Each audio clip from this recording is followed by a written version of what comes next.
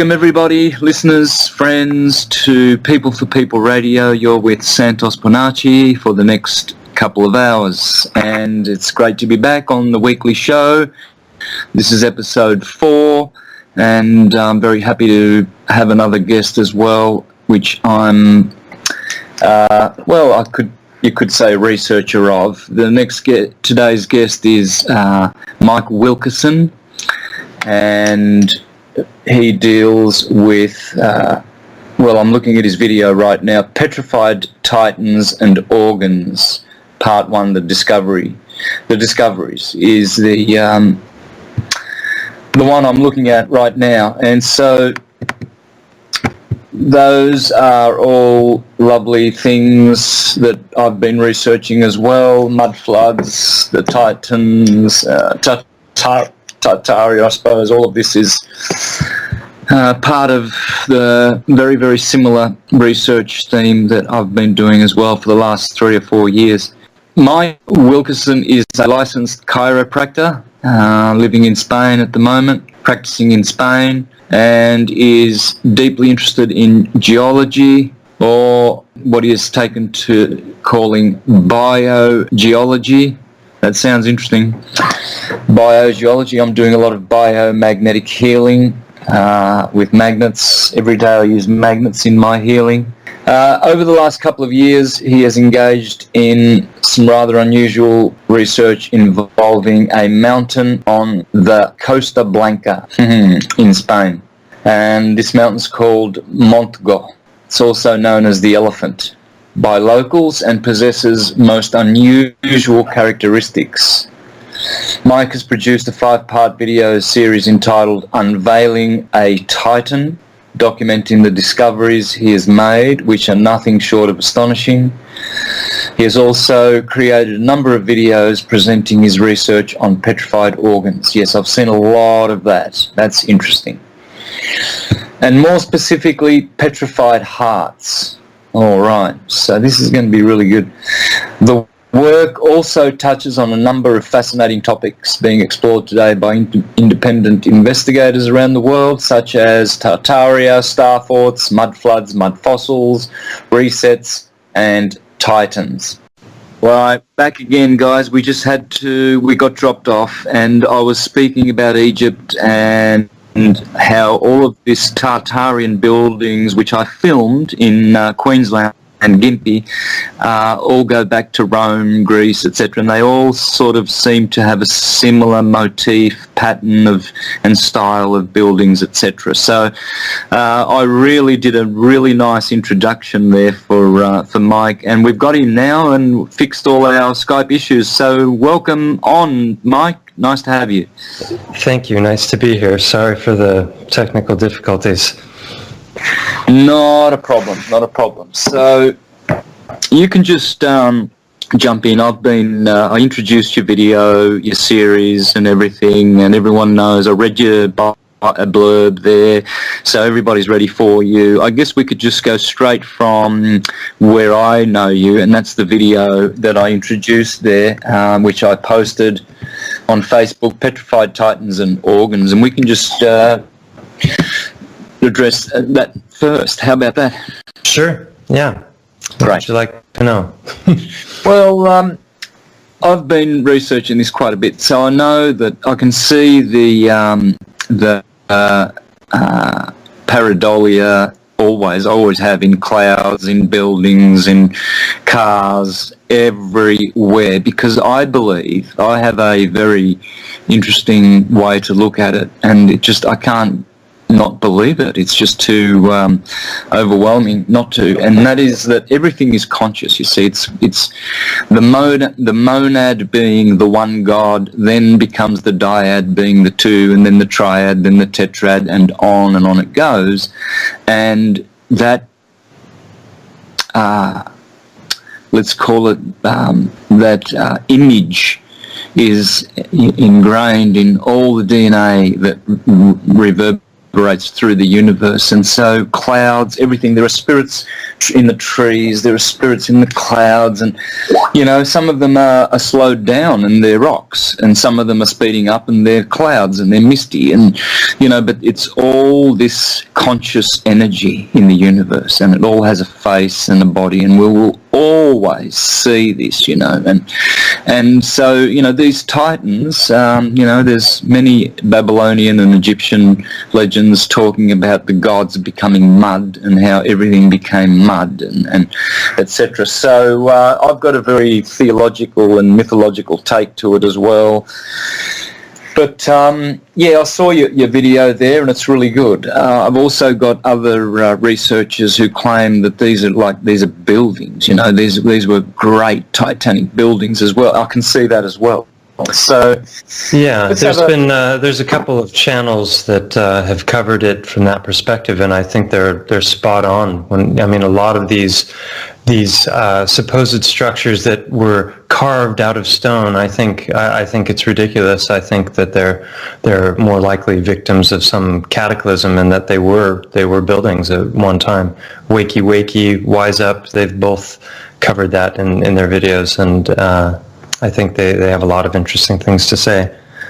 But as far as the pareidolia goes, I think people who are more right-brained, artistic-minded, they have this ability to see patterns in things, and I've always had that ability myself. I produce artwork that's very abstract, and oftentimes faces jump out at me. I can see faces everywhere if I want to, and I really didn't want to do that when I started looking at this mountain, because if I were to start to report that the things I was finding were actually true, then a lot of people might think I was a fool if I was not careful. Gotcha. I know. That can have devastating effects on them as well. Yeah, I think pareidolia, it's almost a form of divination if you open yourself up to it. You can interact with the cosmos through what you're focusing on, and then what you look at and what you see. It's like the tarot or the I Ching or something. It's like taking a snapshot of the universe at a moment in time as it relates to you and your consciousness. Yes. Yeah, I think the ones who are seeing this, they are enabling their transcendental higher self to see it. Ever since I was a child, I've always worked with a witnesser. Call it God, angels, whatever, transdimensional beings, but I've never been alone. Not that I think that there's an angel right there walking with me everywhere I go, which there are anyway, but I don't sort of operate from that basis. I do operate as on my own universe in the universe, but I know and am aware of transdimensional beings around me all the time. But what I mean is that in most of my daily dealings, I'm always watching myself. I don't just go about carrying out my duties and patterns of behaviour without checking them and seeing that I'm doing it correctly. And I just like looking at myself from the third perspective, and that witness is always there. You just have to tap into that energy. So when people start enabling that, then they start seeing this, and then numbers as well start becoming a part of their lives, whereas those numbers were always there. It's just that now that you're synchronizing and syncretizing, those two words always go together, really. So synchronizing would be synchronizing events with time and catching the clock when it clicks over to 1111 or whatever numbers you're constantly seeing. they were always happening and they're always in the background. It's just that now that our consciousness is growing, we can now notice more, Paying attention is how you do syncretism. That's what I say to people. You don't have to be a genius and you don't have to have any PhDs. You just need to pay attention. And I always have. Whenever I've studied the Bible or anything, I just pay attention and make things sink deep into my heart and give them some kind of a significance. So I think that is happening. We're enabling that part of us that sees the conscious energy, slow or fast, through all forms. Yeah, well, paying attention is definitely how this came about in the first place for me. You were talking about the Tartarian architecture, which goes hand in hand with mud flood, because so much of it is buried under mud, and that tied in for me into new ideas about things like mud fossils and rapid petrification. The idea that things could turn to stone very quickly. So that caused me to. I always have had a close contact with nature. I've always loved to hike and look at things around me. But my understanding of the nature of the physical world was based on a cosmological model that involved billions and billions of years, and that the rocks that I was seeing were formed under the sea floor by hundreds of millions of years of pressure and pushed up by tectonic plates, and that was where the rocks came from. So I never really examined them or pondered the idea that, wow, this might have formerly been a creature, and I'm not not millions and millions of years ago and compressed, but actually in not so distant times. And because of my background as a chiropractor and my studies of anatomy and histology, which is the study of tissue, as I started to look at the rocks, I started to notice patterns, and what I thought was just a chance pattern that looked a lot like blood vessels, turned out on further examination to perhaps be that, but not just blood vessels of smaller creatures, blood vessels of very large creatures, and that was an unexpected discovery for me. I don't know how much of what you've said before I came in. I'm sorry to have missed the opening. Well, I was just talking about how a friend of mine in Queensland took me to a town called Gympie, where we've got guys like Steve Young, who's doing the Egyptian hieroglyphs there in Gympie, and the pyramids of Gympie. So I lived there. I lived around that area for 4 years, and I never went to Gympie. And she actually took me one day, and I filmed the stones that have been reused all around town from the pyramid, and it's right hiding under your nose, right there, the cheek of it. They pulled down the pyramids that were there in Australia, and as the Caliph did in the 12th century with the pyramids in Egypt, they pulled the casing stones off, and in this case they pulled the whole pyramid down, because you can't find any of the rocks, but you'll see them strewn across the countryside everywhere. You'll see these pyramid rocks everywhere around Gympie with strange markings on them, and these are supposedly they were there when the colonialists first turned up, so that would be thousands of years. And I went around Gympie everywhere and filmed all of the Tartarian buildings and how all of them were erected between, say, 1870 and 1889 kind of thing, and the same with Melbourne, Sydney, all the cities around Australia. All of the buildings go back to that decade. It's like all the builders in the universe turned up in Australia for that decade to build these amazing Romanesque and Grecian type buildings, which history tells us the convicts did, and it's just so ridiculous when you look at it. And there's also evidence in Melbourne and Sydney. I've seen multiple examples of evidence of mud floods all throughout the cities there. Yeah, and I think Sydney, within 50 years of the settlers landing, had the largest railway system in the world at the time, or something. I mean, when you start to dig into the historical narrative for these different places, the world's fairs are just it's a treasure trove when it comes to this sort of stuff, because you find that they're just repeating the same stories over and over again of great fires, and it's like how all these buildings supposedly made of stone were destroyed by fire is beyond me. But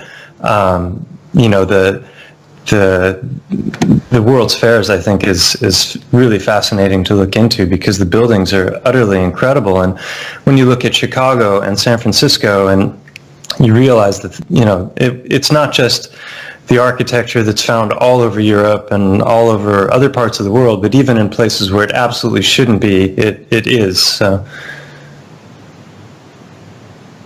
Yeah, exactly. I always marvelled at Sydney and Melbourne. I used to go when I was a teenager just to wander in the streets and look at the great architecture. Just marvelled at the old buildings. I still do. It's just buildings just...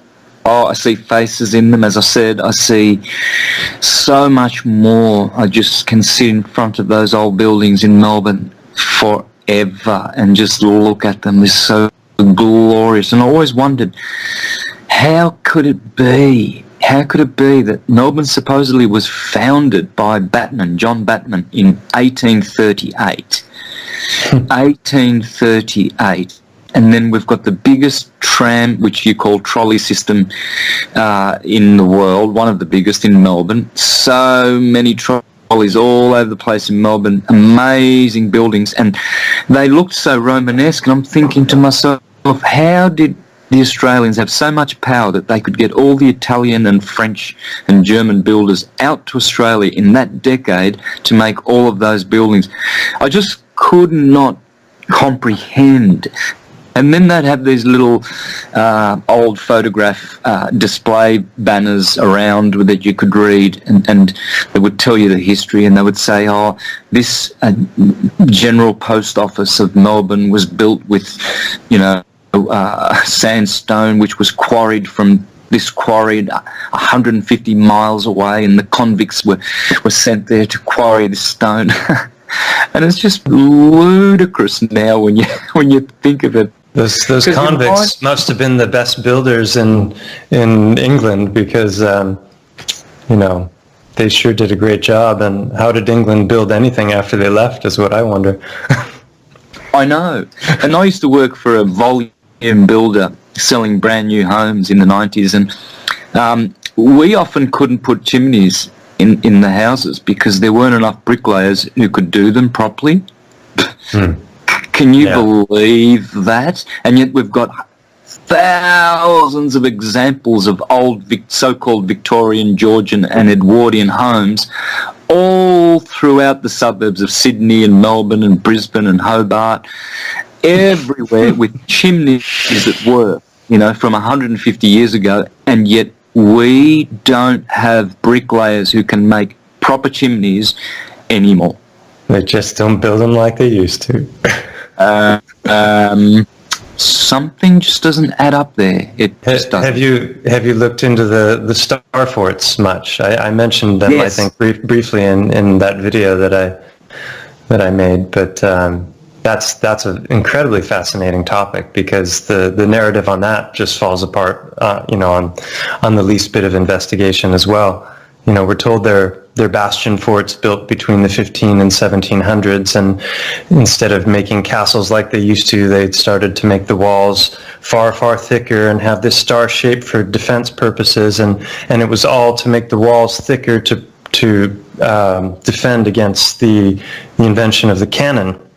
And some of the people that I do research with have just utterly destroyed that, because not only are they going and looking at the old maps, which are showing, the star forts and their original plans to the star forts, and they're not just star forts, they're star citadels, they're entire cities, and what you find is that all of the old world cities were originally star forts, and that all of the Tartarian architecture and all of this other architecture that followed, that's built on and around the star forts. So the star forts were there first, and they're absolutely monumental in scale. But I think they've got one map that goes back to the 1100s with star forts on it. So everything about that narrative falls apart. But the most astonishing thing is how many of them there are. There are, so far, my friends have mapped out 5,000 star forts, and they're literally on every single continent. And they're in the most unlikely places that you wouldn't expect. Japan is just filled with them. They're all over Europe. They're on North America. They're in Africa, and it just doesn't add up when you look at what the wiki narrative is. Yep. Well, when you have this researcher mentality that we have, searching for the truth, now your perspective changes. Now you see a lot better what was very difficult to swallow and to assimilate at school, doing things like history and history was see, I love history as a subject, but I don't love the fact that we know so little about it, and what we do is could be manipulated. Well, it is, and stuff like that. But everyone's kind of intrigued and interested in history and would like to know, and nothing has ever made sense. Nothing at all. Even the evolution stuff that they tried to make you swallow, and everything coming from nothing. There's a beautiful thing that they really demonized, the teaching that everything comes from nothing. No, everything comes from what is not seen, but it's not nothing. What is not seen is everything. So the Big Bang should be that, yes, everything comes from what seems to be nothing because it's invisible, but it's everything. You see, so rather than teaching this hogwash that all of this you just came out of nothing, a black hole, and it was nothing, and everything came out of that, they should be teaching the truth, that everything came from what is invisible, but what is invisible is everything, therefore it came from everything. There's only a universe of no vacuums, no space as we know it, really, because even though it's space, it's still a fullness, it's a oneness. Manly P. Hall addressed this as well, how the cosmos is like this. There's nothing that is empty, you see, so it's a fullness of everything. And so now we have, I think, one of the best truths to ever come out is this Tartarian truth, the mud floods, and what you're bringing out there, Mike. This is one of the best things because now everything makes sense a lot more, and it's all exposed, really. Yeah, I think what we're calling history is mythology, and our mythology is our true history. That's the conclusion that I'm coming to, because so much of history is a lie, and and I can't remember who said it, but a set of lies agreed upon, or his story, and when I was younger, I didn't care for history at all. It just seemed like battle after battle, and monarch after monarch, and horrible, devastation, and so I was always looking towards the future, and I was a big, space lover and sci-fi and Star Trek and Star Wars and all the fantasy stuff I loved. But as I got into my teens and early 20s, I was big into books on quantum physics, and my parents, I came from a very alternative background. I grew up in Southern California, and so I grew up with Eastern spirituality and astrology and the Tarot and the I Ching, and my mom was a book buyer for a New Age bookstore, so I had a very different mentality than a lot of my peers, and but nevertheless, I was always looking towards the future because I was hoping everything was going to be better, and never realized that the past might have been far more fantastic and beautiful and amazing than we were led to believe, or that there was a time when maybe the technology was actually working in harmony with nature and was far more sophisticated than what we see now, and that people were not paying for energy but had it for free and were working in harmony with one another. I mean, that's what it seems to be the case. I don't know. Maybe there was slavery back there, but there was a lot of beauty that was being created as well, and it still remains to this day. And it's just that they've lied to us about who built it and how long it's been around and what its purpose was, and they removed the different technologies that the buildings probably were. They were generating energy. They were doing God knows what. we can only guess at this point. Well, I think two things fundamentally: consciousnm expanding and healing, and really those two. Well, it's like they are two different things, but they are one, as you would say in theology. Like I and the Father are one. So, in other words, like fire is always next to heat and light. They are separate things, but you can't have fire without heat. You can't have fire without light. So, they come together. Wouldn't you say? They are two things that. Healing. Obviously, the Egyptians were always bringing people. They were like hospitals, astrological type, where healing would be done just by moving people through certain parts of the building to get a certain frequency. So the building would be set to, let's say, an F sharp, like the tombs chamber in the Great Pyramid, and then they would have everything else tuned to harmonics thereof, and they would bring people through an initiation, which would be like a healing. Yeah. And then consciousness would be as well. The other side of that, as well as, because when you go into these buildings, I've been through a few. I've been to the York Minster, Salisbury, Glastonbury Cathedral, Salisbury. I've been to the Vatican, and I've spent some time just noticing, how I feel as well. And you do feel more noble and elevated in consciousness. The consciousness now becomes, you see these big buildings, this big architecture, and it's like a god around you, encasing you. It has its own consciousness, and you come into it and you have more grace and you have more glory. It's a glorious place to be, and so everything gets altered in you. So I would say consciousness and healing. Definitely, the buildings are encoding all of the different sacred geometry aspects and their resonance chambers. The organs themselves, may have been. Who knows what the organs were capable of when the buildings were fully functioning, but also the voices as well. I mean, I've been inside of buildings where just a small amount of tone, is enough to set up a vibration in the place that echoes through the whole place. So those buildings are amazing. And Barbara asked the question of, what are the meanings of the star forts? And the star forts, they look a lot like cymatic patterns. So they themselves may have been emanating energies, and they would most likely used for communications. Victor, he has a channel called the Boogeyman, Buggeman, and he's found pictures in old books that show that the star forts were actually used for communication purposes as well.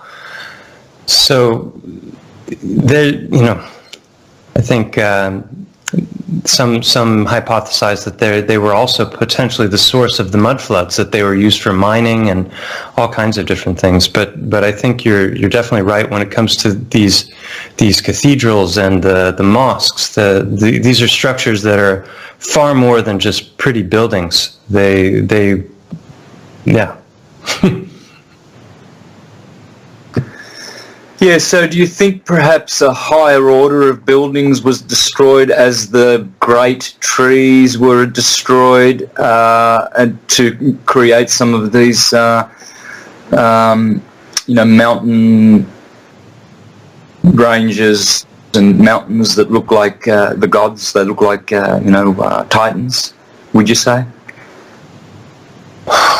Well, okay, sorry. Can you ask the question one more time? I got distracted there for a moment. I'm just wondering how others are saying as well that these mountains that look like the Titans and that were also buildings. Do you think they destroyed a higher order of buildings, the like of which we don't have, like really big, massive building?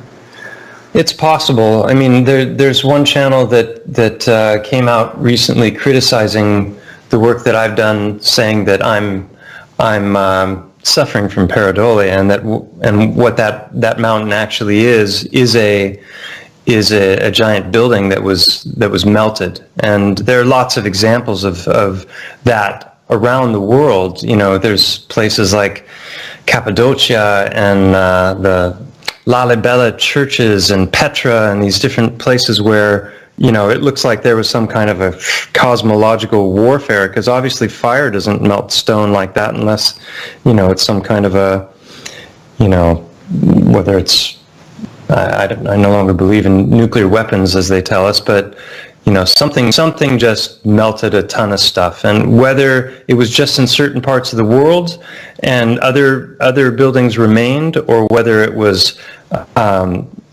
you know, damage to an earlier wave of structures that were on a grander scale, I don't know. That seems plausible.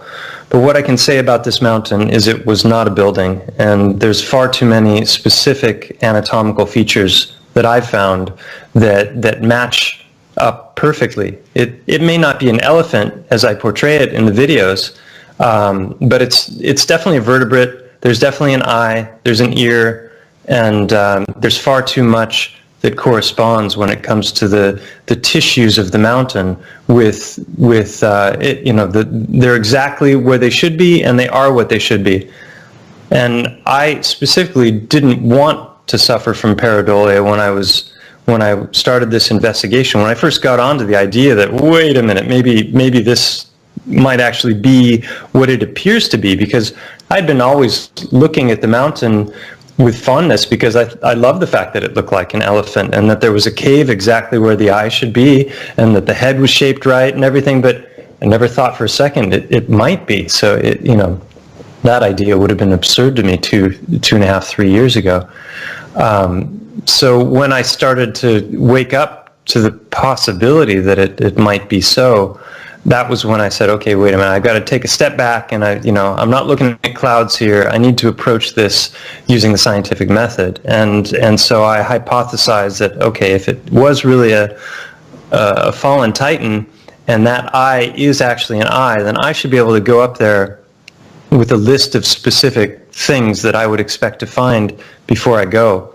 And that's what I did. And that visit to the cave after that hypothesis was mind-blowing, because I found some very, very specific things, and I lay those out in the second video of the Unveiling a Titan series. And then those discoveries just came one after the other. And, you know, we were talking at the very beginning of the conversation about synchronicity. There have been so many synchronicities that, you know, that have come in relationship to this research that I'm constantly being nudged along the path, so to speak. And yeah, so I don't think for a second this mountain is one of those ancient gigantic structures, but I definitely believe that there are many of those around the world. Yeah, and the channel that posted that video about you as well, I research his channel as well, and that's Jerry DeCamp. So I'm going to be interviewing him in a couple of weeks here as well. So for the listeners, we're going to be also talking about the other side of, or the building side of these massive mountains and other things that we see that have the amazing titanic energy in them. So yeah, that will be in a couple of weeks as well. But I see both arguments as being plausible, Mike. I do. I see that the buildings there as well in some of them, but not in all cases. And then in other cases, I see it to be the Titanic spirit. I think people get blinders on and they get an idea and they find evidence for their idea, and then they think that that's the only thing. And were they buildings? Were they titans? Were they, were the plateaus Avatar-like trees? Were they tendons? You get all these different camps of beliefs, and I think more likely, it's probably all of the above or several of the above. And it's the same thing with Earth shape. Is it a sphere? Is it flat? Is it hollow? Maybe it's all three. Maybe it's, I saw a video you were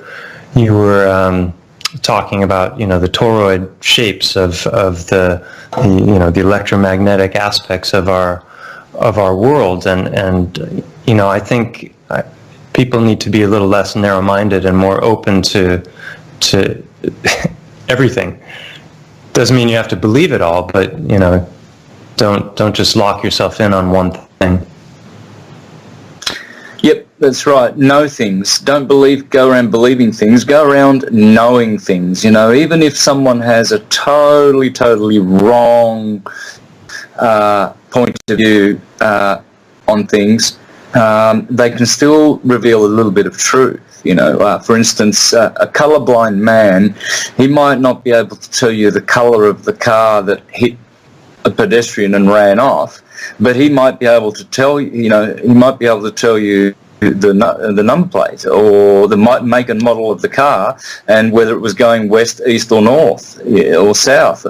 Whereas, so you're always going to benefit from knowing things, even if what you know is incorrect, because that will be an information base for you to compare another point of view against. Now, this is the thing with a lot of people, is that they believe a model, they don't know anything about it, and they can't even defend their own model or their own science or anything like that, because too much belief has come in, and like you said, they'll get blinkers then, and then all of a sudden there's no titans, there's only buildings, or there's no buildings at all, or whatever.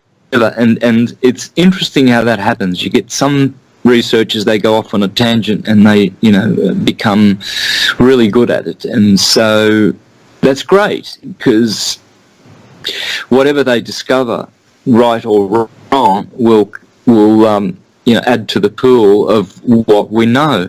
And that's what Wikipedia is like. I guess someone jumps in and writes an article, and then other people are invited to improve it and modify it, etc.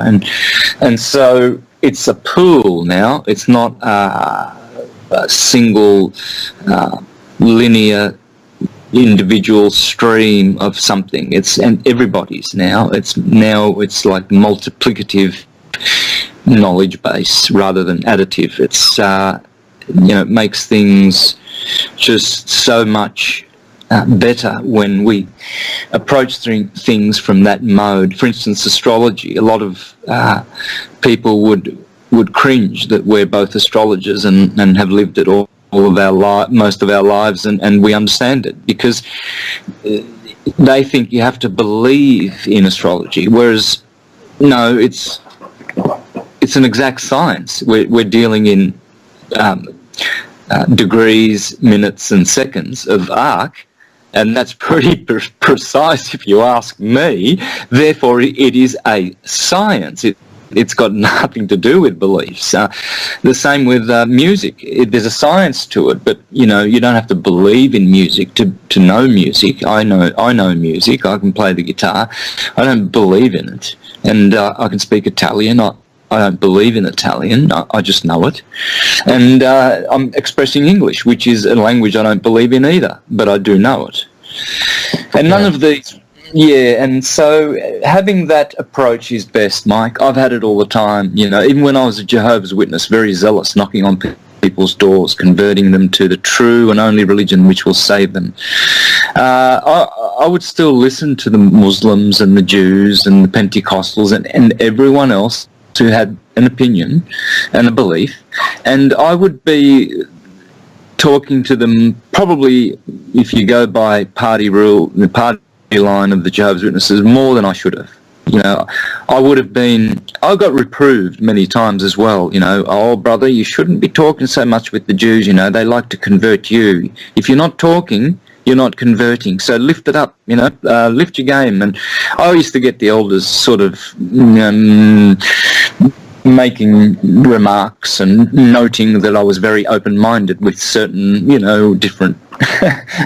Well, that's what got me to where I am, you know, just to keep the mind open and open and open. I didn't believe any of what they said, but I wanted to know what the Hindu gods were like, and who is Brahma, and how does he relate to Vishnu and Shiva and Krishna, and oh yes, and I would go down that path with them and enjoy it, you know. And the sister or the brother that was with me, I could feel them cringing, you know. So... Well, it's been interesting for me. I don't know if you saw it, but I did an interview with SGT Report a little over a week ago, and he's a Bible believer. He's a Christian, and he has a huge following. And that interview was seen by a lot of people, and my channel literally doubled within a few days as far as the number of subscribers that were there, and most of them were very much Bible believing Christians, and you know, I've had some wonderful conversations with them in the comment threads. And it's nice that they're so open-minded, but it's also been a surprise to me that the things that I've been finding are actually offering some sort of scientific validation or confirmation for their beliefs and their faith, and these ancient texts are actually being confirmed in a roundabout way by the things that I'm finding and I'm presenting. So that's been a fascinating dynamic. I've come from a very, very different background, and now I'm far more open to these, you know, other ideas than I ever was before. But what I think, you know, we all share, the people who are interested in these you know, this list of different topics that we've already touched on, is that we're all open-minded. We're all of the mind that the majority of the mainstream narratives that we're being fed are either out and out lies or half-truths, and so we're out digging around trying to find out what the truth is. So we're all independent researchers, really. And the problem with independent research is that as you start to dig into things just a little bit, then you get to this point that, you know, the Dunning-Kruger effect is describing this, of you know just enough about something to get yourself into trouble, because all of a sudden you think you know everything and you're extremely excited about that. And I think that's happening to a lot of people, and then they jump on a bandwagon, and, you know, it's like Crow says that belief is the enemy of knowing. So I think, you know, the intention has to be to test all things and to come at things, you know, with the pure intention of trying to find the truth. And when it comes to things like astrology, you know, it's all about intention. I mean, if you know, when it comes to these sorts of things, a lot of the Christians are, you know, they're going to be saying, oh, this is the devil's work and you're supposed to stay away from it and all of these things. But, you know, what are you doing with astrology? You're just observing the cosmos. You're looking at the constellations and the wandering stars, and you're trying to understand what those things are, what is creation, and what is my relationship to it. And so I think it's really important that people remain open-minded, but they also keep their rationality, and, you know, they test things. They don't just dive into everything with only belief. We need to have a balance between belief and you know, looking at the empirical evidence. Yeah, too good. I'm into that big time.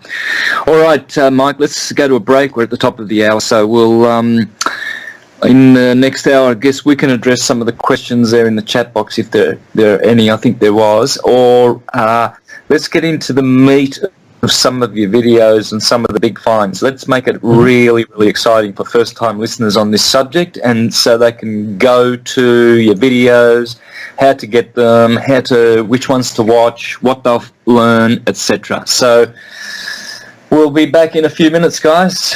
Thank you. Welcome back, folks. So continuing on from where we left off, we're going to be probably discussing some examples, some standout examples that might be inspiring for any of the listeners who want to do further research. So, Mike, do you want to tackle it from that angle? And what's your YouTube channel so folks can go to it while you're talking? The YouTube channel is called Stellium7. It's spelled Stellium, as in Mike, and then the number 7 without a space. And it's not a lot of videos up there, but they're packed with a lot of information. Yeah, nice. All right, so you want to deal with some of those good examples? I just noticed that someone posted something about 15 star-shaped forts from around the world in the PBS. Are you in the PFP chat room? Are you in that chat room? I'm in the Skype chat room, but I don't know where the PFP chat room is. All right, I'm going to send those to you directly in your chat, so perhaps you can look at those and maybe make a comment on that. There you go. Have a look at that one. And do you know any of those? I didn't get it. Where did you send it? In your Skype, in your personal one. Personal one. Hold on 1 second. I don't see it. While you're looking for that. There we go. Okay, found it. So 15 star-shaped forts around the world. And what was the question? Well, do you know any of those? Look at them. I mean, look at the pictures. They're incredible. Yeah, and these are tiny compared to the larger ones. These are smaller stars, and then there's a couple there that have towns in the center of them. But what people don't understand is that cities like Amsterdam, Antwerp, Paris, pretty much all of the major cities in Europe, even some of the smaller and mid-sized towns, these are all built on and around star forts. And I had been in many of them without ever realizing what they were, and once I started to learn about this, it was incredibly fascinating, and that was ultimately one of the things that led to my discoveries about the mountain. There were a variety of different things that came simultaneously. One was the mud floods, the mud fossils, the idea of rapid petrification, Tartaria, the star forts, and all of those ideas were bouncing around in my head. And then finally I saw some videos covering the topic of Titans, and that was really when the penny dropped, and I realized, wait a minute, maybe Titans really did exist, and there are some pictures that are going around that are amazing of an island in Hawaii that looks exactly like an elephant from multiple angles. See, that's the thing, is a lot of the people who get into the whole thing with Titans and these topics, they really get wrapped up in what may be pareidolia, where they're looking at something from a particular angle and the shadows are hitting it just right, and it looks like a face or it looks like an animal, and so then they're claiming that it is that. Whereas if you looked at it from several other angles, it might look nothing like what they're claiming it is. So it's really important that people, make sure that if they're going to start to present information, that they're looking at things from a lot of different perspectives and a lot of different angles, and then they're actually doing on the ground research. And that was what I did with the mountain. I've spent almost 2 years studying it, and so far I've accumulated 50 different specific anatomical correlations that are the overall morphology of the mountain, and also the just down to the tissues inside the eye socket, the places where the bones would meet in the eye socket, like the socket of an eye in all of the vertebrates is made of a number of bones that all meet in places called sutures. So that was the kind of thing that I was doing before I went out making any claims or even making videos, is trying to get all the ducks in a row, because there's a ton of stuff out there. A lot of it is also photoshopped, and it just makes people look foolish because they're making these outlandish claims, but there's no substance behind it. So that's kind of, that's why I've approached things the way I have. Yeah, well done. Well, someone asks if there's star forts in Scotland, and I would say that there's star forts everywhere. In the Petrified Titans video, I think I've got a little video clip of me zooming out on Google Earth, and you can see all the stars that have been mapped by my friends. And if there weren't star forts in Scotland, I would be very surprised. Yep. So you wanted me to talk a little bit about the different findings, or how I've come about it, or give me. Yeah, there's so much material to cover, and we don't have that much time. So maybe if you can just kind of nudge me in a direction. Yeah, your best findings, and I say hit it home for your listeners. What's the greatest treasures that you've come away with your research? Okay, so I'll just cover it very generally. So the mountain itself, if you go on Google Earth and you scan around, the mountain has a lot of different morphological characteristics that match that of an elephant. So the shape is elephant shape, and that includes a head, an eye, the cutouts for the two sides where the head would meet the neck. The rib cage is clearly defined there. You can see on both sides of the mountain that the traces of ribs.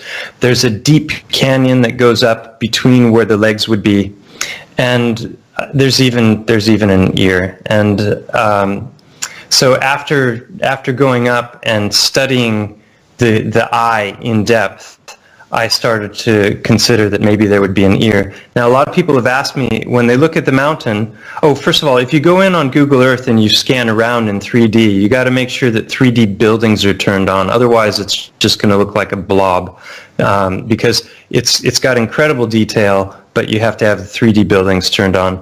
The other thing is that after I'd put out the first 4 videos in the series, somebody at Google Earth went in and edited the mountain. And they actually blocked out the eye, and they blocked out the ear. It's absolutely amazing. But I show that in the 5th video, that I show the before and afters of all of the different footage that I had gotten from Google Earth, and how it looks now. And the changes that they made it so that you can still see the detail, but you have to get it right next to the mountain, and then literally the eye will open up, and what's been smeared away and blocked out slowly fades away. But as soon as you back up to try and get a bigger picture and see how these different anatomical features relate to the rest of the mountain, then it blocks off again. So I show that in the 5th video of the series. But, before, for the first year and a half that I was studying it, I could just zoom around from all kinds of different angles, and it was amazing how many different characteristics matched that of an elephant, just looking at it from the big picture. And so that was when I went to my anatomy books and looked at 3D modeling on different channels, or different websites, just to bone up on the anatomy before I went back to the eye. The other side of the mountain doesn't have an eye or an ear, and people say, well, why, if it's an elephant, why doesn't it? And that whole section of the front left side of the mountain has collapsed, and there's been a geological survey that's done by mainstream geology where they talk about that portion of the mountain, and they call it a synclinal, which synclinal means that the layers of strata have collapsed downward. So there was a violent collapse on that portion of the mountain, and you can see the remnants of all of the fragmented rock that are almost like a river going down from that portion of the mountain. So where the left eye and the left ear would be, that portion of the mountain has collapsed. But after going to the eye and discovering, it was 10 or 12 different, very, very specific anatomical features, and I cover that in the second video in the series. After discovering that, I started to think, well, maybe there's an ear. And that I went back online, and I'm looking at, and that section of the mountain where there should be an ear if it really was an elephant, there's a quarter moon change in color exactly where an ear would have attached, which was just an amazing coincidence. And so I decided I was going to go up and take a look up there and see if I could climb up and see if there were any caves, because the eye was very easy to get to because there's a trail, and I've got a lot of great footage from that. But the ear was a different thing, and so as I was looking for the information about like a trailhead that I could take or which road to take, I was looking online, and I found out that there was actually a cave there, and the cave is called Cova del Middia, which is the cave of midday, because a portion of the cave gets the sun, the midday sun comes right into the cave. And I didn't know anything about the cave until I went looking for it. And the interesting thing about that cave, which I knew nothing about until I was looking at this website, is that it is the most thoroughly excavated cave in all of Europe. It was utterly mind-blowing. It was like I had entered the Twilight Zone, and there had been a team of archaeologists who had gone into the cave. There were the remains of several bodies, which they excavated. There were cave paintings, and they went in with 3D mapping, and they did much of my work for me. I've never had the opportunity to go into the cave because you need climbing equipment. The cave is located at 375 meters, so what is that, about 800 feet altitude, or no, more than that, 1,200 feet altitude. What's the town surrounding it called?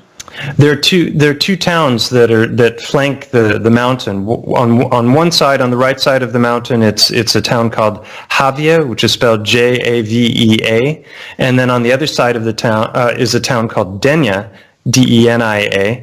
And interestingly enough, there's a star fort at Denia that's right next to the mountain, and so it's a fascinating place. So as I looked into the ear more closely, it got very, very wild, because the 3D mapping they did made it possible for me to see exactly what direction the channels of the cave were going, and they actually had video footage of people climbing through the cave, and so I was able to actually take that work that they had done and start comparing that to anatomy, and that's what I do in the third video. And then the fourth video really covers the histology of the mountain, and histology is the medical term for tissues. So it's the breakdown of all the different kinds of rock that are found around the mountain, and how those correspond to the kinds of tissue that you would expect to find in the exact same places. And so it's a thorough forensic analysis. I go from the bottom to the top of the mountain. I'm inside the deep into the caves of the eye, and then the footage that the archaeologists have from the ear as well as there. So, by the time I had finished with a lot of this research, I was already up to 40 specific anatomical correlations, and those are all shown with photographs and video in the first 4 videos that I did. And then in the 5th video, when I covered the Google Earth censorship, that was an amazing happening as well, because it was a total synchronicity. I took a couple of friends up there. One of them is Victor Buge, whose channel I mentioned earlier, and Andreas Exirtus, who's another YouTuber. He's got the channel called Andreas Exirtus, Xirtus. And they came to visit because they wanted to see the mountain, and I took them up into the cave, and you can actually go deep back into the channels of the cave, and there's this portion where we crawled through. It's about 5 meters through a hole that you have to go through either on your butt or on your stomach just to get through. And then that opens up into a large cavern, and that matches also the anatomy of the sinus passages that are just below and behind the eye socket. But when we were leaving from that trip, the two of them looked at this section of rock that sits up high in the middle of the eye and said, "Wow, look at this crystalline structure. It covers this whole rock." And when he saw that, the light bulb went off in my head, because I had looked at it before and I had thought, wow, maybe that's the remains of the eyeball itself. But I was, how would I know that? And when he spotted this crystalline structure, I looked more closely at it, and it lined up, and I show it in the video, in the 5th video, and show all of the different correlations to eyeball anatomy, and there are channels that go in for the blood vessels. And so it's been a truly fascinating exploration. But those are kind of the main points of the findings, and the 4th video covers the tissue in detail, and there are a lot of different kinds of tissues that I've identified, and they match perfectly with what should be exactly where I'm finding them. Yeah, I'm watching the first part as you're speaking, and I'm looking at the mountain. Did you say it was in Sarajevo? No, it's in Spain, on the Costa Blanca. Oh, right. Okay, so wow. And which region is that in? It's basically between Valencia and Alicante. Oh, that's right. Okay. Yeah. Both of which are star citadels, both of those cities. Yeah. And so you spent a lot of time in there. Oh, there's the ear thing you were talking about. Yeah, I have a little 90-second, for people who are just listening to what we're saying, if they want to have some visuals for what we're talking about, on my channel, there's a little 90-second teaser video. It's got music, but there's no talking. It's just visuals, so they can get a taste of it.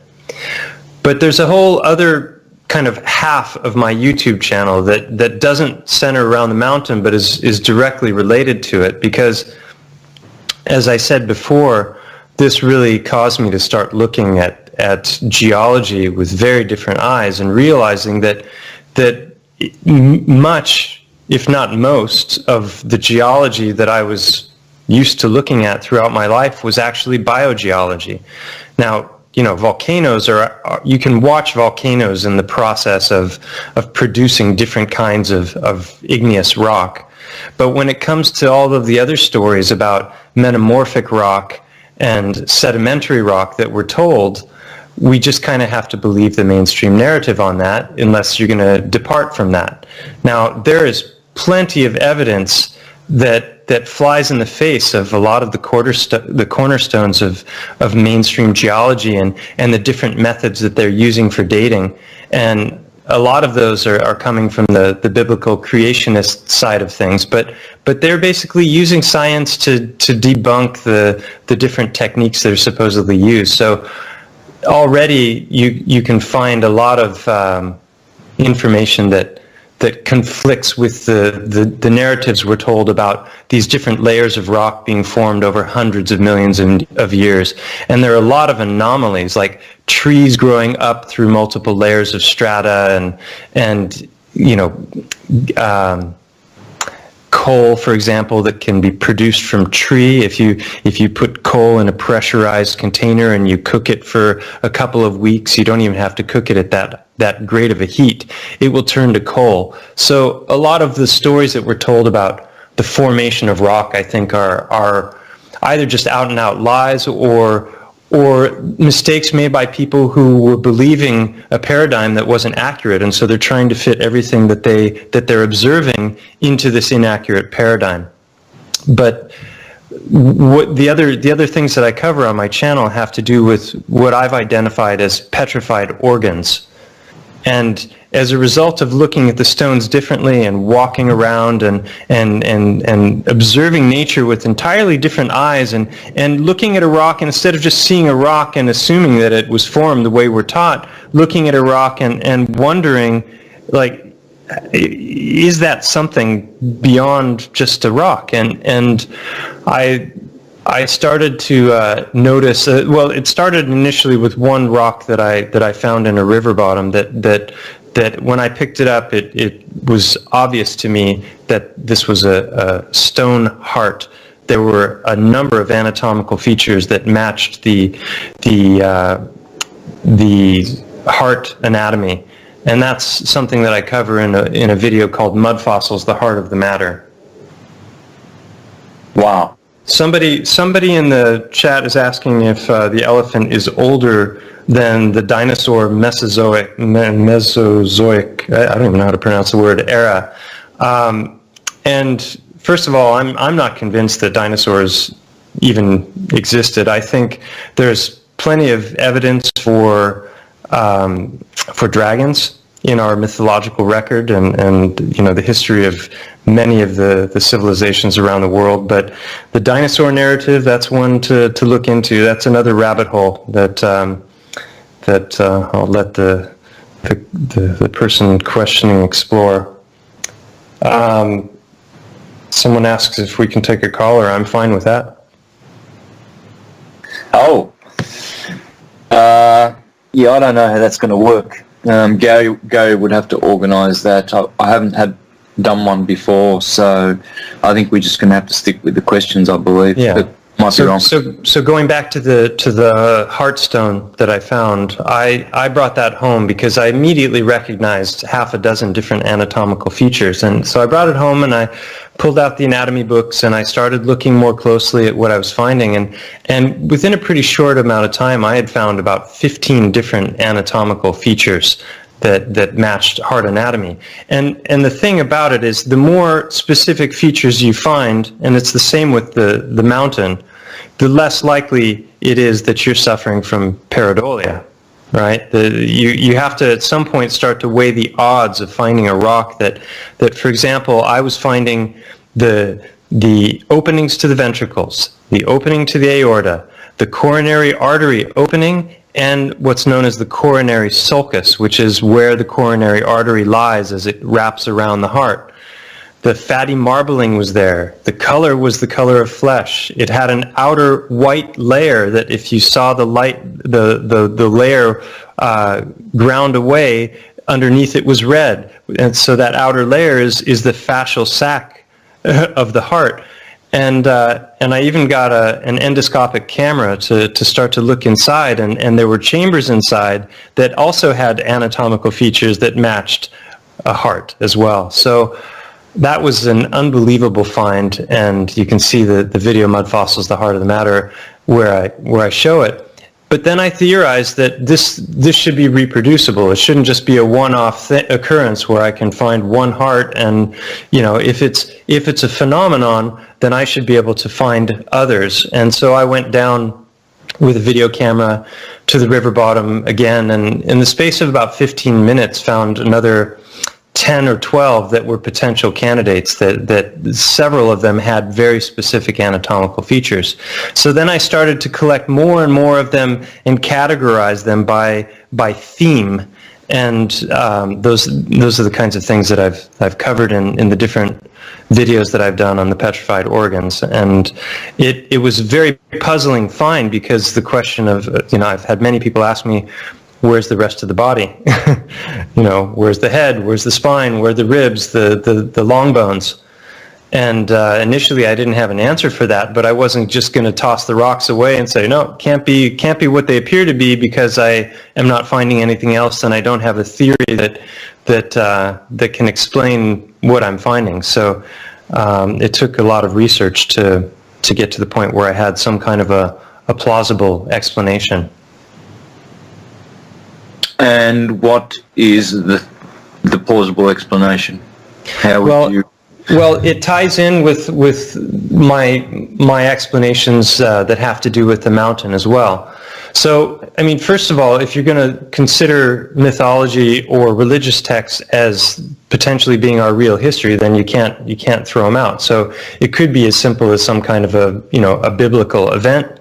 It could be something like some ancient warfare that is the same kind of thing that wiped out these buildings that we were talking about earlier, and melted stone. So those are narratives that I'll touch on towards the end of the video that I'm working on now. But I wanted to stick to mainstream geology and see if I could find explanations for what I was finding. And mud floods was a potential explanation for the fossilization of flesh happening in short periods of time, because the mud itself is what's known as anaerobic. There's no air in mud, so all the worms and the microbes that would normally eat away at the flesh and cause it to decay are not present. So the flesh just sits there, and then over periods of time, the gases and the fluids and different substances within the flesh work their way out, and the minerals in the surrounding mud work their way in. That's a process known as paramineralization. That's not a wacko conspiracy theory. It's what mainstream geology says leads to the fossilization process. But they tell us it happens over millions of years, and we know that there are, for example, petrified trees. We know that there are different examples in geology that we can point to of biology becoming rock. Not just through compression, but actually undergoing a transformation process. So that still didn't explain why there were no bodies. Why would I just find organs? Because it wasn't just hearts I was finding. I was finding other organs as well, but for the sake of clarity in the videos and not wanting to confuse people or have people think I was a total lunatic, I focused on the hearts in the videos, because the hearts have very specific anatomical features, and even though they vary greatly from species to species in their overall shape and form and size, they all have common themes running through them. They're hearts. They have certain openings, they have certain chambers.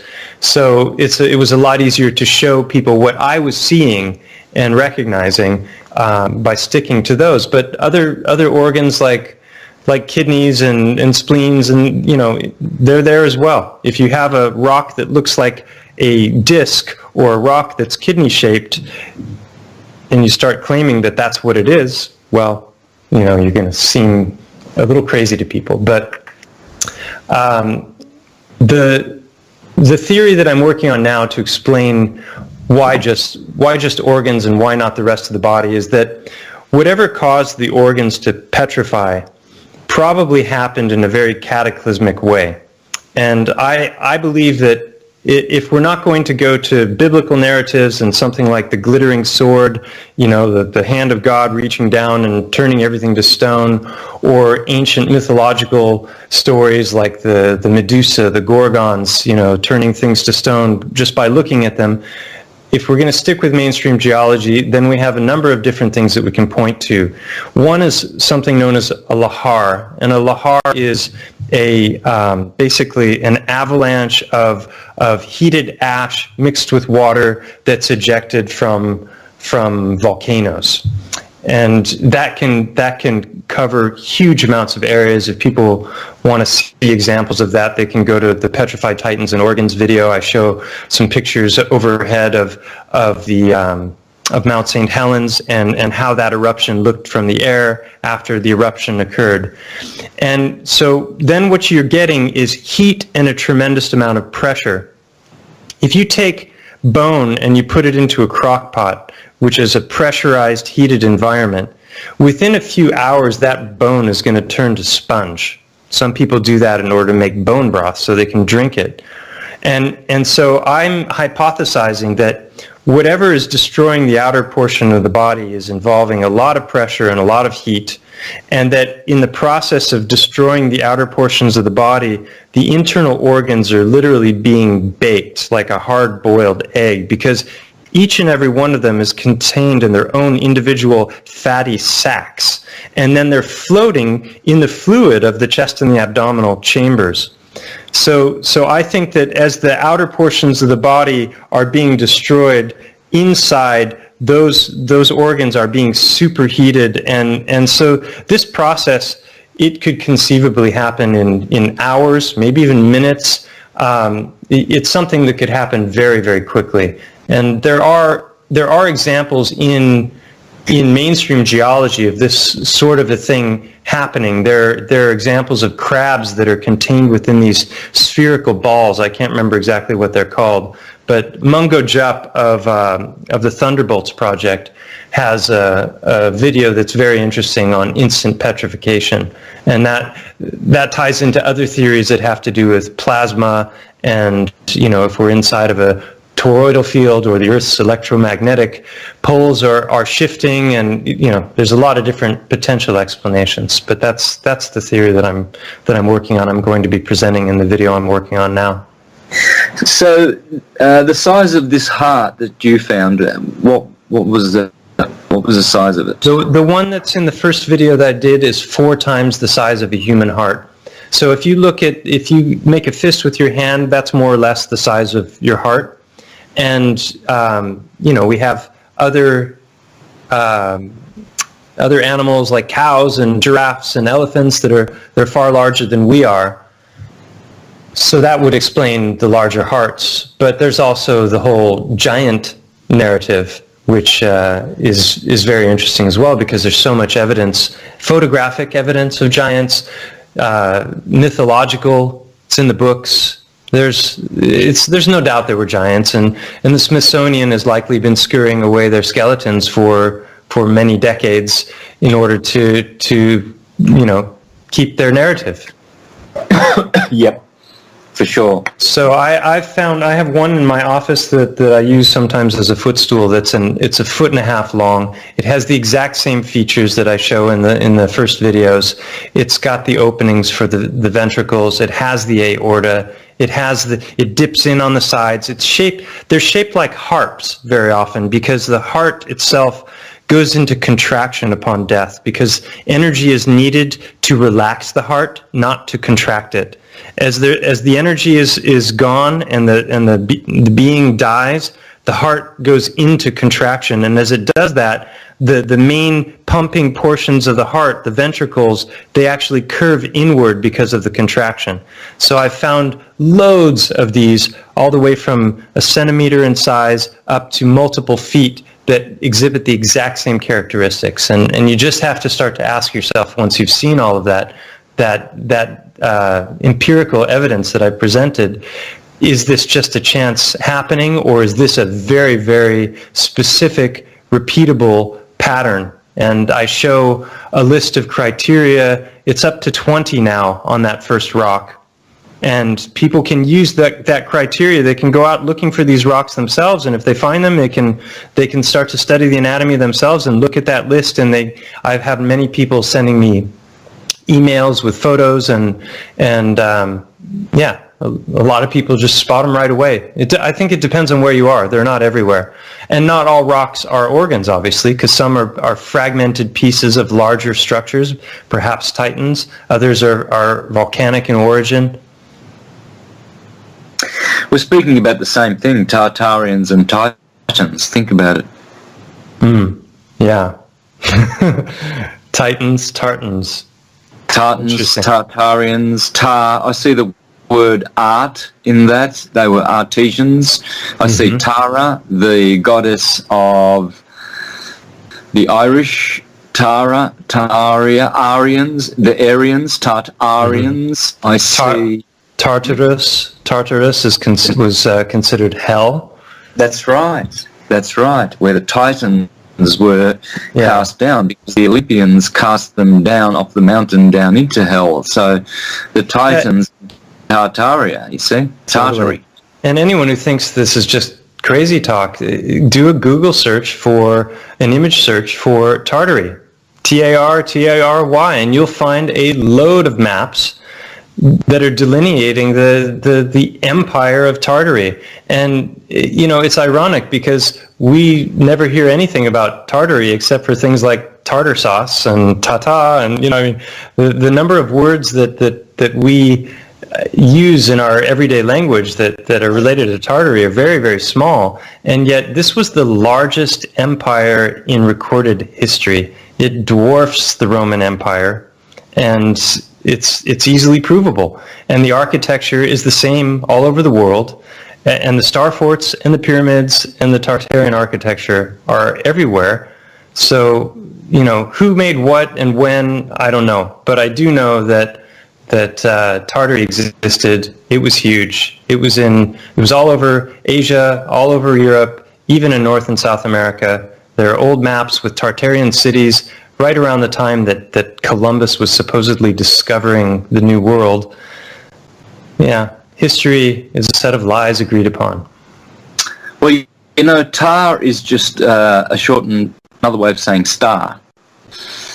The TAR is actually torus field, and stars are torus fields. Everything is. So, atoms. I just thought of the La Brea tar pits. There you go. So this would be, if you just put an S in front of Tartarians, you get Star-Tarians. Really, well... That's interesting. Well, it is, because everything, they say we are children of the stars, right? You say we're all stardust. Well, this is why we have young stars, which we call youngsters. Your sister... which could be a spin star, and she could be a superstar or a monster or a master or a fraudster. She could be a rock star. She could be a... They're all stars, right? So this is my way of seeing it. So through all nature, whatever plane you're talking about, whether it's the mental plane, which is air, or the emotional plane, which is water, or the sensual plane, which is earth, or the mystical plane, which is fire, it all is being. It's all God, and it's all expansions of God. So it's a self-similar, fractal, holographic kind of universe where we are just in the image of God, and God is in the image of us. Yeah, and it's probably warping back around on itself. That's the thing is, the Titans as spoken of in the Book of Enoch, they actually give a measurement. It's measured 3,000 L's, which is roughly, I think, 1.5 or 1.75 miles in height, which matches more or less the size of this mountain that I've been examining. But there are other people who are examining Titans that seem plausible, that are on the scale of practically of continents, or hundreds and hundreds and hundreds of miles long. And I think that fits in with this idea of fractal universe, because if it's true that Titans existed, then there may have been even larger Titans before this elephant. It's hard to imagine them coexisting side by side. And each time people theorize that with each reset of this realm that we live in, that things are getting smaller and smaller. And that's how a fractal works. It contains the original pattern, but it gets smaller, and you just keep going in forever or out forever. Well, this is what caused the Neoplatonists to declare that we are living in the mind of God. The universe is mind, and we are cells in God's mind, thinking. And so God's thoughts are the cosmos's thoughts. The cosmos would be the demiurge, of course, the dyad. And so in that cosmos, we are, as man is the measure of the universe, as the Egyptians said, well then man is, that's the fractal, that's the archetypal shape that is repeating itself throughout the universe. And so, sometimes it also is in the shape of a beast, and all kinds of beasts. The zodiac depicts that. And I believe that what the zodiac is it's just the unfurling, the ecliptic is the unfurling of a toroidal cycle, which Taurus and torso are the same word. So when you get a torso, it's a Taurus field. And so as that body in time expresses itself, all those 12 30-degree segments which make up the zodiac signs along the ecliptic, they all have their peculiar frequency, signature frequency. And the first 30 degrees of every cycle will have that archetype of the ram, Aries. And the second 30 degrees will be more solid. It will be the bull, Taurus. And in fact, that's how the zodiac goes. It starts at the top of the head. Hence, Aries rules the cerebrum, the cerebrum. Then the next sign is the cerebellum, Taurus. Then your two arms and your two lungs, that's Gemini, the twins.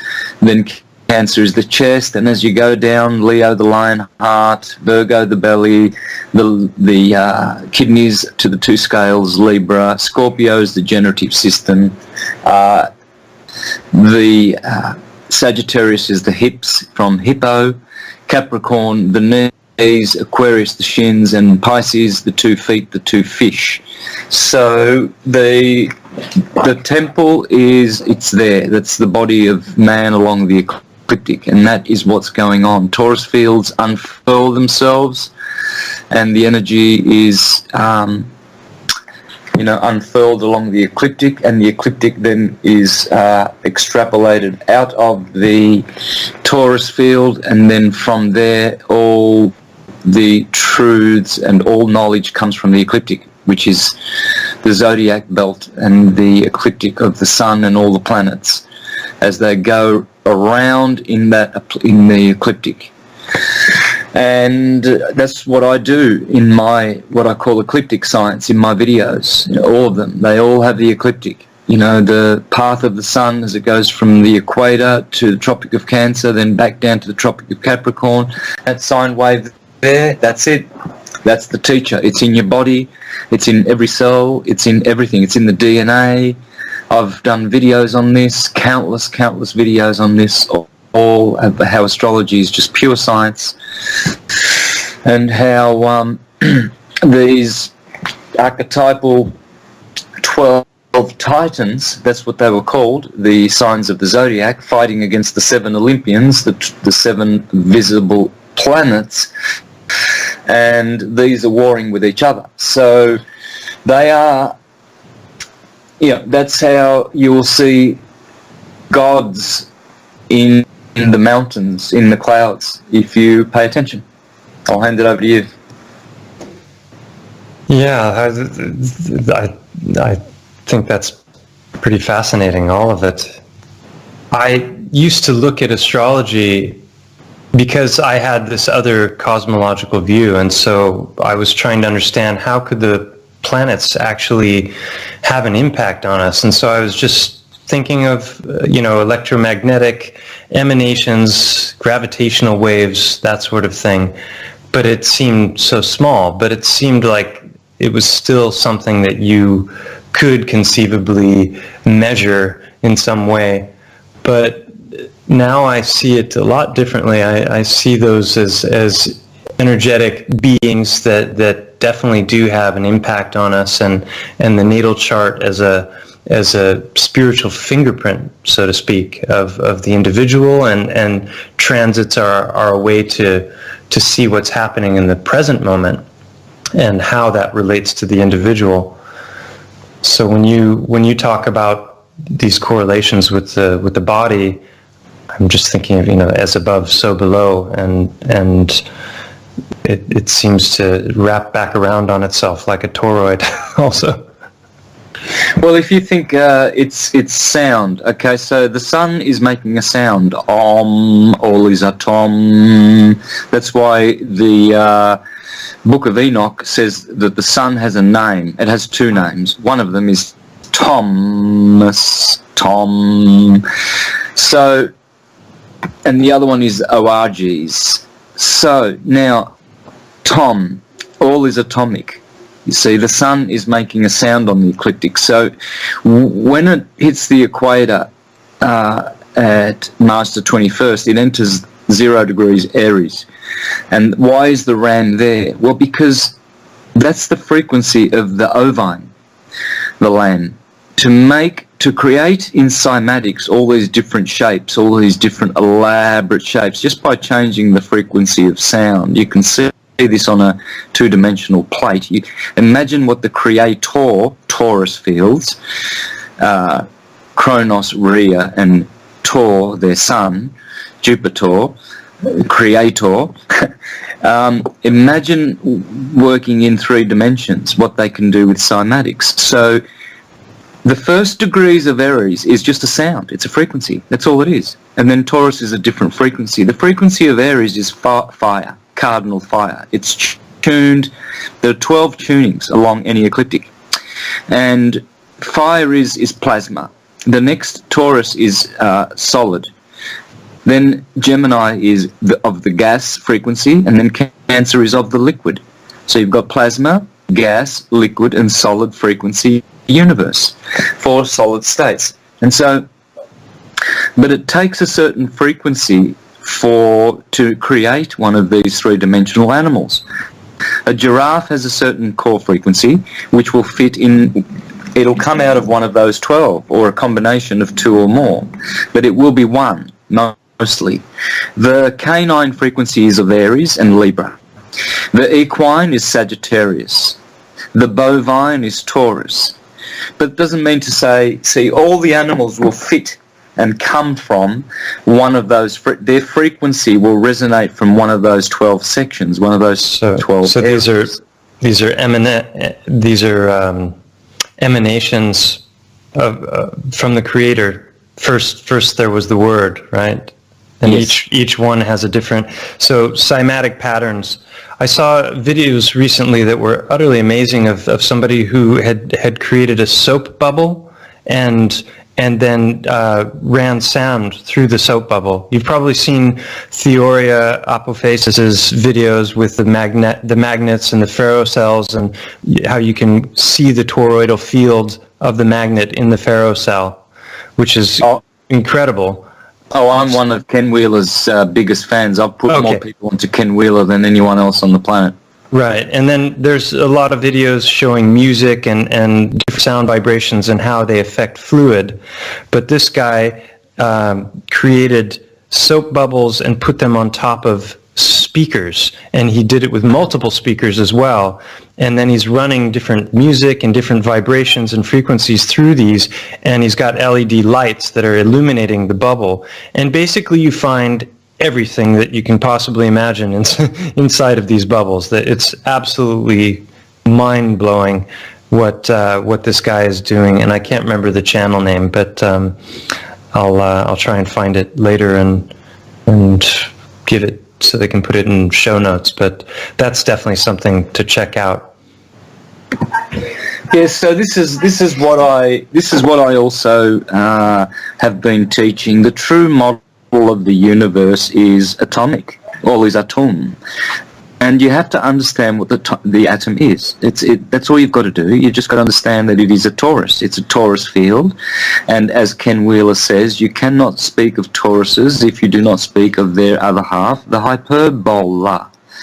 Yeah. And so I've extrapolated all my teachings from that, from 2 from three words: atom, bol, which is the hyperbola, and so and the word tor, which is the torus field. And those are the three words of my Trinity, which are the three words which have generated all other words and all other forms in the universe. As the Egyptians said, all is atum. And so when you get bol and you transform that into bull, now you have Tauruses and bulls. Red shift, blue shift. That's what it is. And that's why you read the Bible and the Torah, you see, because all of our holy scriptures are talking. There you go again, talk, because when you talk, you create torsion fields through toruses. All energy, no matter what medium, thank you, Ken Wheeler, will have the same field modalities. Hence, everything will be torsos and torus fields. And everything is breathing. Breathing is Adam. It means Adam, and red shift. But breathing is Adam. Adam is the atom. All is atom. Hence you have an anatomy and a torso and a Torah and aura which surrounds your body, and your torso is red shift, blue shift as well. Red chakra at the bottom, blue chakra on top.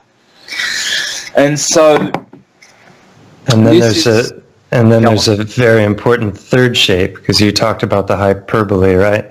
Mm-hmm. The plane of inertia, the accretion disk in the center of it.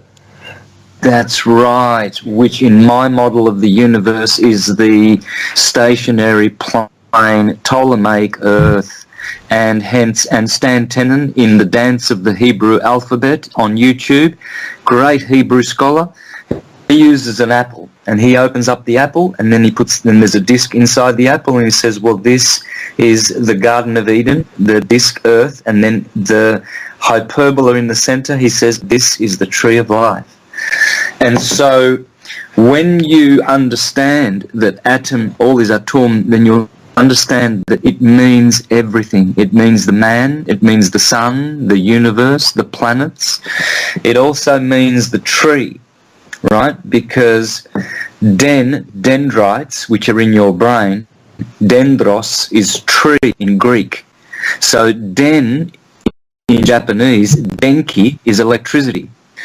And so when you look at these mountain ranges from on high, the topography is very much like the dendrites in your brain and the trees.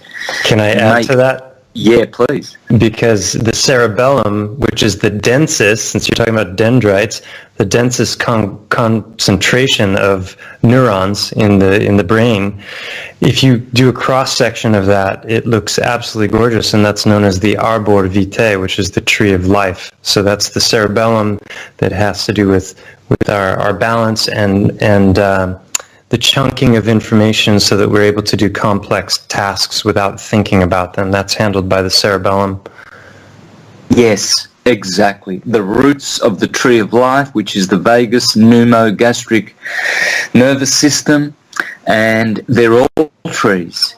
Whether you are speaking about this, the cardiovascular system, that is a tree of life. Blue shift, blue blood, red blood, arteries and veins. And so the nervous system, again, another tree of life.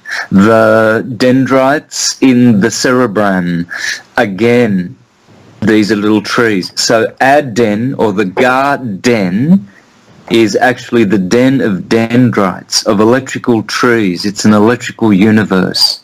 The transverse wave, red shift, blue shift, is electrical. It is denki. Thank you, Japanese language. And so, but the other words, bol and tor, arbol, well, that's tree. Arbor, R and L being interchangeable, is tree. And then tor is also the tori. The tree is a torus field. So in whatever way you look at it, atom means tree, it means light, it means electricity, it means the monad, it means the dyad, it means man, Adam. Have you heard of the helical heart. Are you familiar with that term? Absolutely, yes. Yes. So the man who discovered this was a medical doctor, a Spanish medical doctor, named Francisco Torrent Guasp. And this was a man who had a very hard time believing the official story that was told about how the cardiovascular system functions, that the little heart, as it's pumping, is able to push out the blood to what they say is somewhere around 60,000 miles of blood vessels in the body. And it's supposedly pushing the blood out to the very tips of our body, and then it's passively filling on relaxation. And he was just like, this doesn't make any sense. How is the blood getting back? How is it getting out? It's not, it doesn't add up.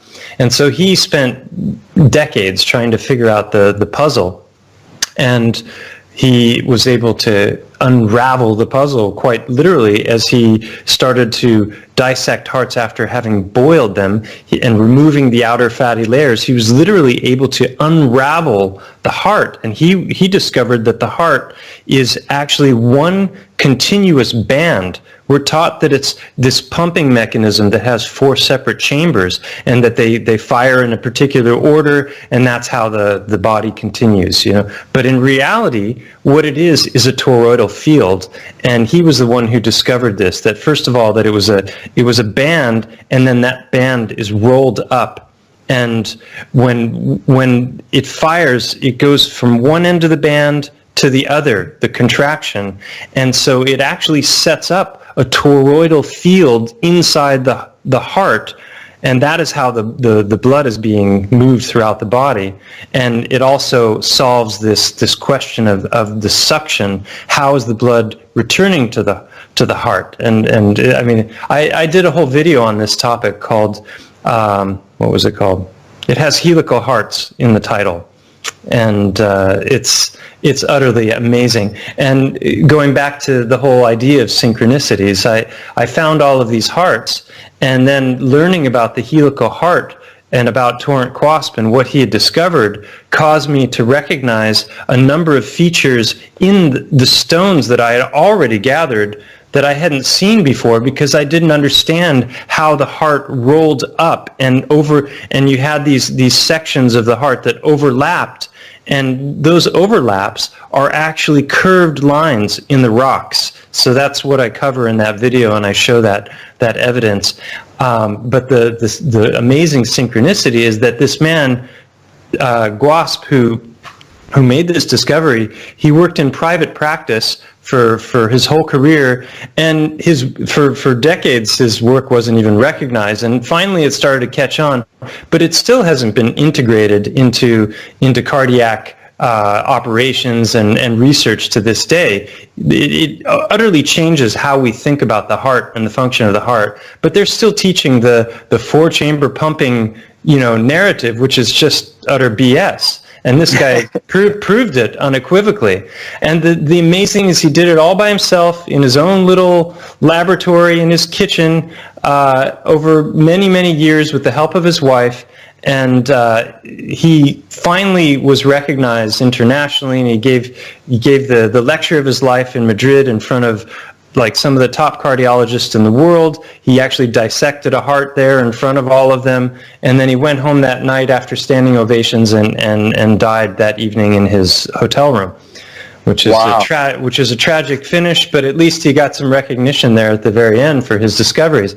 But this was the mind-blowing synchronicity, is that this man who made all of these discoveries about the heart, who also caused me to discover new things that I was finding in the rocks, he happens to lived, he's passed away now, he lived in Denia, the town that's just across from me on the other side of Montgo's trunk.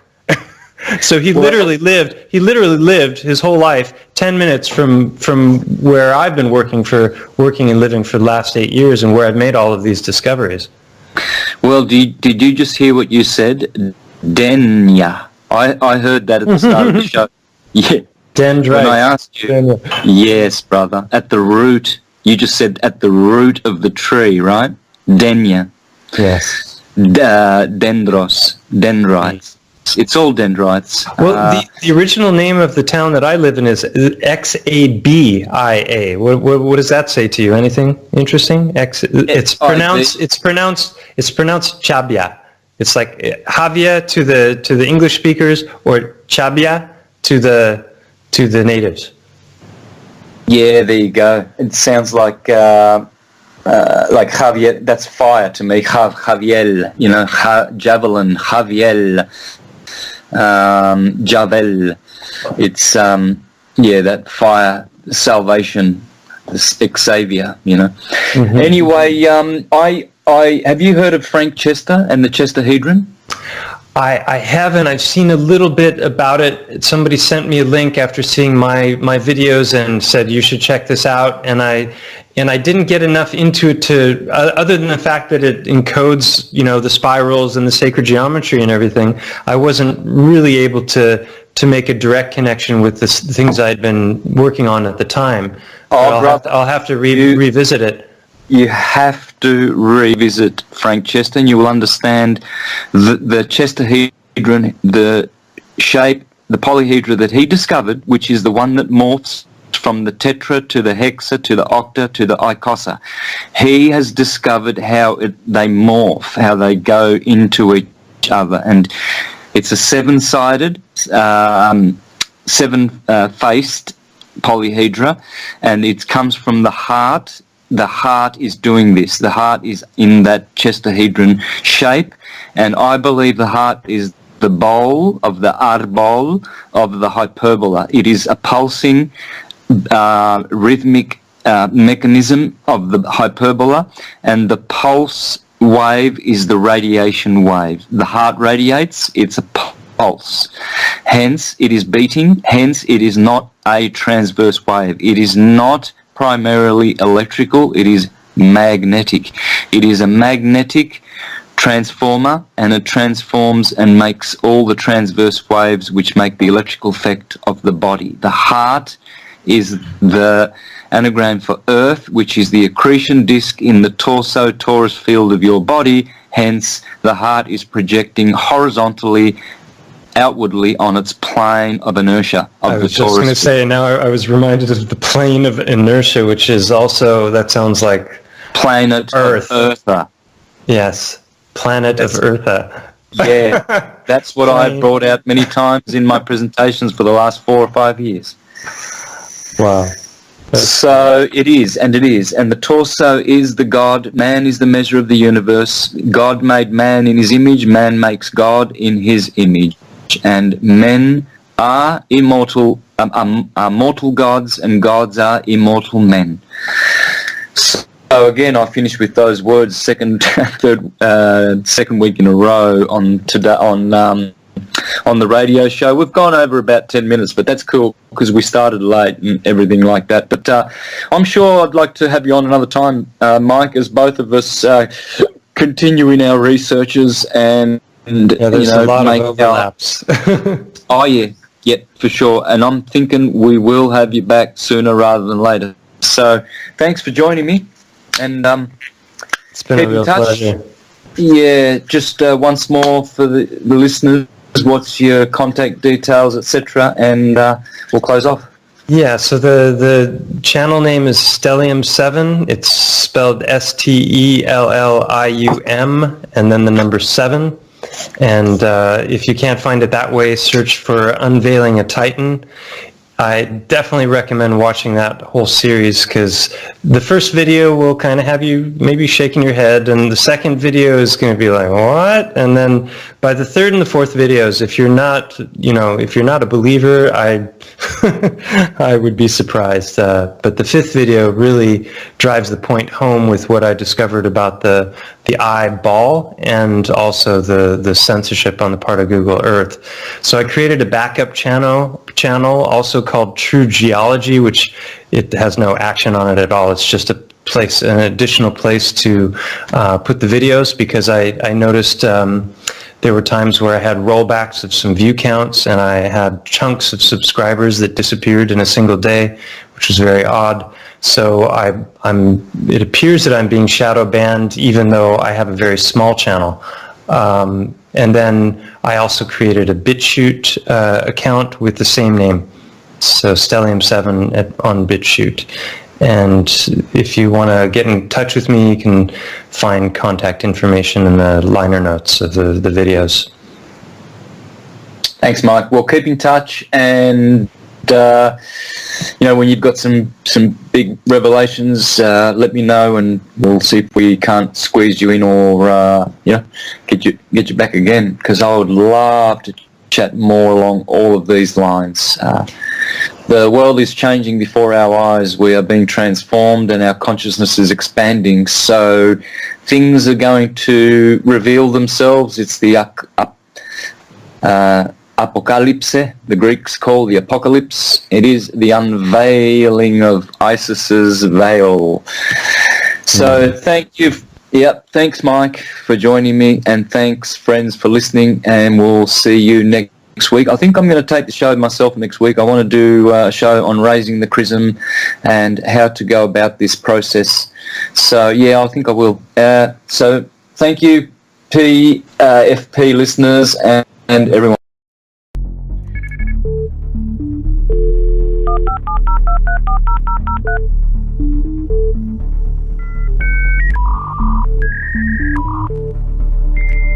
In February 1985, an 18-year-old Kirkland, Washington man pled guilty to 4 counts of computer trespass.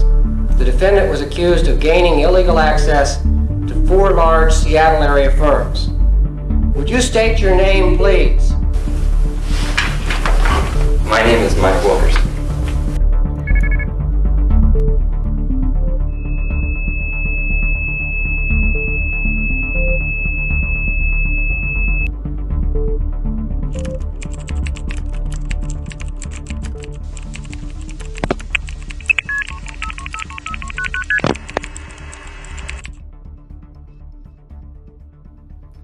Hi, my name is Mike Wilkerson. It's hard for me to believe, but it's been 36 years since that video clip that you just saw of me was recorded. I'm a former computer hacker, and I'm also the author and protagonist of this new book entitled The Hacker Prince, a true story about digital mischief in the 80s. The writing and revision stages of the book are now completed, and I'm launching this Kickstarter campaign in the hopes that you will join in with other backers and assist me in bringing this most unique and exciting story to the world.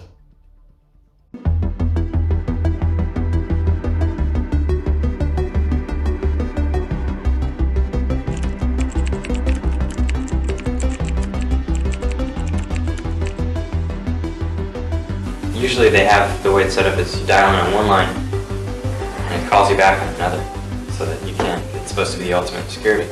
But what you do is you break into Cosmos and you find out all of the phone numbers that that company owns, and you call it until you find the 2 that are hooked up to data, and then you get the callback modem and you set up call forwarding on that line so it call forwards to your home number.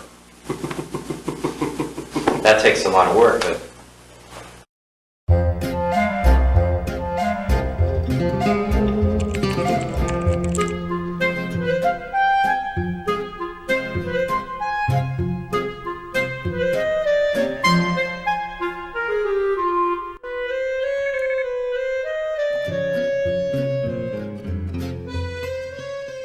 As you can see from the newspaper clippings, the journalists did their best to cover the events, but the most exciting parts of the story remained untold, until now.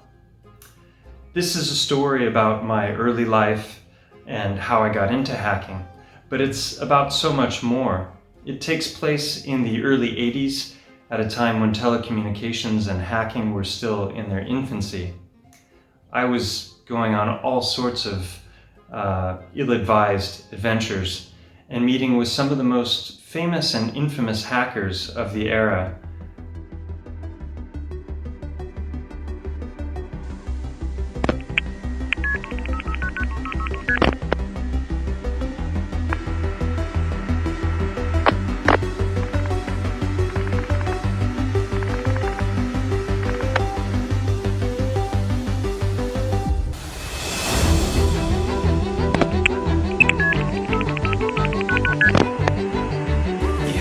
caught, you have this invulnerable feeling. You just don't think you're gonna get caught. You ask any hacker out there that hasn't been caught yet if he thinks he's gonna get caught, and he'll tell you no.